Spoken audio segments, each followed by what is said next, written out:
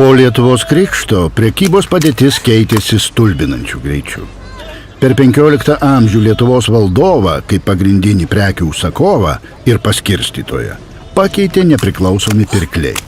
Vietinė diduomenė vis daugiau pirko prabangos prekių, todėl Lietuvos miestų turguose galėjai nusipirkti muskatų, šafranų, migdolų, ryžių, cukraus, vyno, šilko.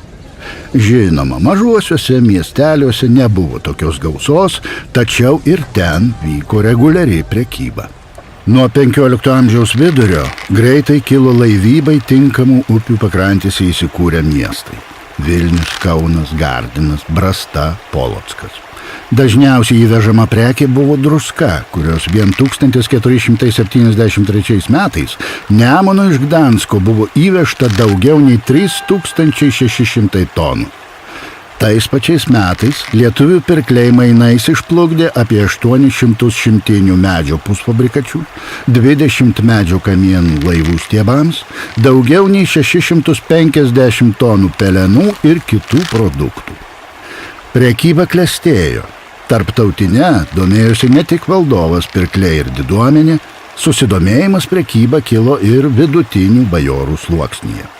Tarptautinės prekybos pagyvėjimas skatino valdžią vis labiau ją kontroliuoti, steigti muitinės ir nustatyti prekybos kelius.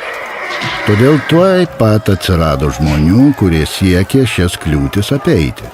Štai vienas pirmųjų aprašytų kontrabandos atvejų Lietuvoje.